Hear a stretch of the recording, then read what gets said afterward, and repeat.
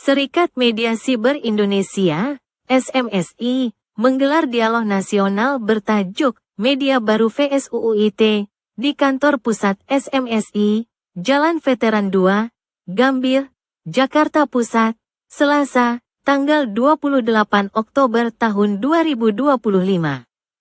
Kegiatan ini menjadi bagian dari rangkaian menuju Hari Pers Nasional, HPN 2026, dengan menghadirkan para pakar hukum, praktisi media, dan pelaku konten digital untuk membahas tuntas Undang-Undang Informasi dan Transaksi Elektronik, UU ITE, Nomor 1 Tahun 2024.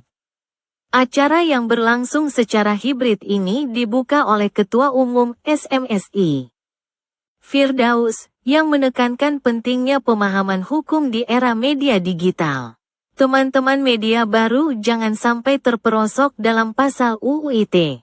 Mari kita pahami bersama agar bisa terus berkarya secara bertanggung jawab, ujarnya. Menurutnya, literasi hukum dan etika digital menjadi kunci agar kebebasan berekspresi tetap berjalan berdampingan dengan tanggung jawab sosial. Dialog menghadirkan narasumber lintas bidang, antara lain Prof. Dr. Reda Mantovani, SH, LL.M.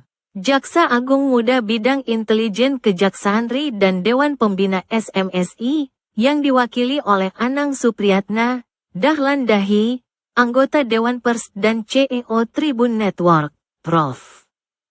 Dr. Henry Subiakto, SH, MC. Guru Besar Universitas Airlangga dan pakar komunikasi politik, serta Rudi S. Kamri, konten kreator dan CEO kanal Anak Bangsa TV. Diskusi dipandu oleh Muhammad Nasir, Dewan Pakar SMSI sekaligus mantan wartawan senior harian Kompas.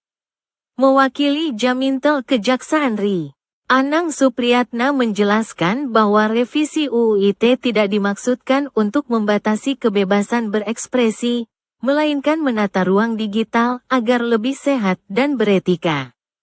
Ia menegaskan bahwa tantangan terbesar saat ini bukan hanya penyebaran konten negatif, tetapi juga maraknya berita bohong dan ujaran kebencian melalui media sosial. Berita hoaks dan ujaran kebencian bisa memicu konflik sosial dan merusak persatuan bangsa. Karena itu, literasi digital menjadi senjata utama bagi masyarakat agar tidak mudah terprovokasi, ujarnya. Anang menambahkan, penegakan hukum terhadap pelaku penyebar hoaks dilakukan secara selektif dan proporsional dengan memperhatikan konteks, motif, serta dampak sosial yang ditimbulkan.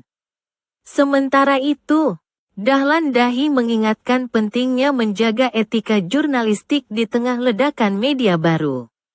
Menurutnya, siapapun yang memproduksi berita, baik lewat portal maupun YouTube, wajib memegang prinsip verifikasi dan akurasi.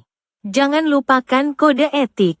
Semua produk informasi publik harus berlandaskan tanggung jawab, bukan sekadar mengejar viral, katanya.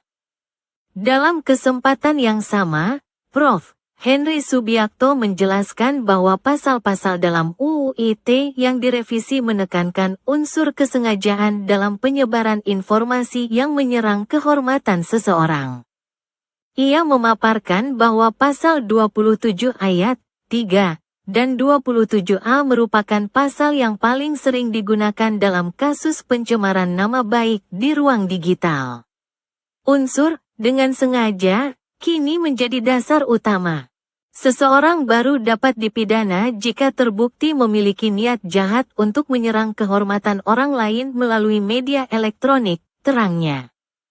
Henry menambahkan bahwa revisi UU ITE tahun 2024 merupakan upaya untuk menyeimbangkan antara perlindungan terhadap nama baik dan kebebasan berekspresi yang dijamin konstitusi. Adapun Rudi S. Kamri menilai UU ITE tidak perlu ditakuti oleh pelaku media maupun kreator konten selama memahami batas hukum dan memiliki niat baik dalam berkarya. Kalau kita tidak menyebarkan fitnah dan menghormati fakta, UIT bukan ancaman. Justru ini menjadi pedoman agar ruang digital kita lebih sehat, ucapnya. Diskusi yang berlangsung dinamis ini diikuti oleh pengurus SMSI dari seluruh Indonesia, baik secara daring maupun luring. Para peserta aktif berdialog mengenai praktik jurnalisme digital, tanggung jawab hukum hingga strategi menjaga kebebasan berekspresi di tengah berkembangnya platform media baru. Acara ditutup dengan ajakan bersama untuk memperkuat kolaborasi antara regulator, penegak hukum, dan pelaku media digital dalam menciptakan ekosistem informasi yang profesional, beretika, dan berpihak kepada kepentingan publik, rilis WAG anggota SMSI Riau, Lina Agustin. Belum bisa melibatkan Siberiau.com mengabarkan. Kecuali memang tamu-tamu Dewan Pers, karena keharusan kita melibatkan proses ini, karena supaya Dewan Pers setiap hadir ke sini dia laporkan ke rapat pleno mereka. Dan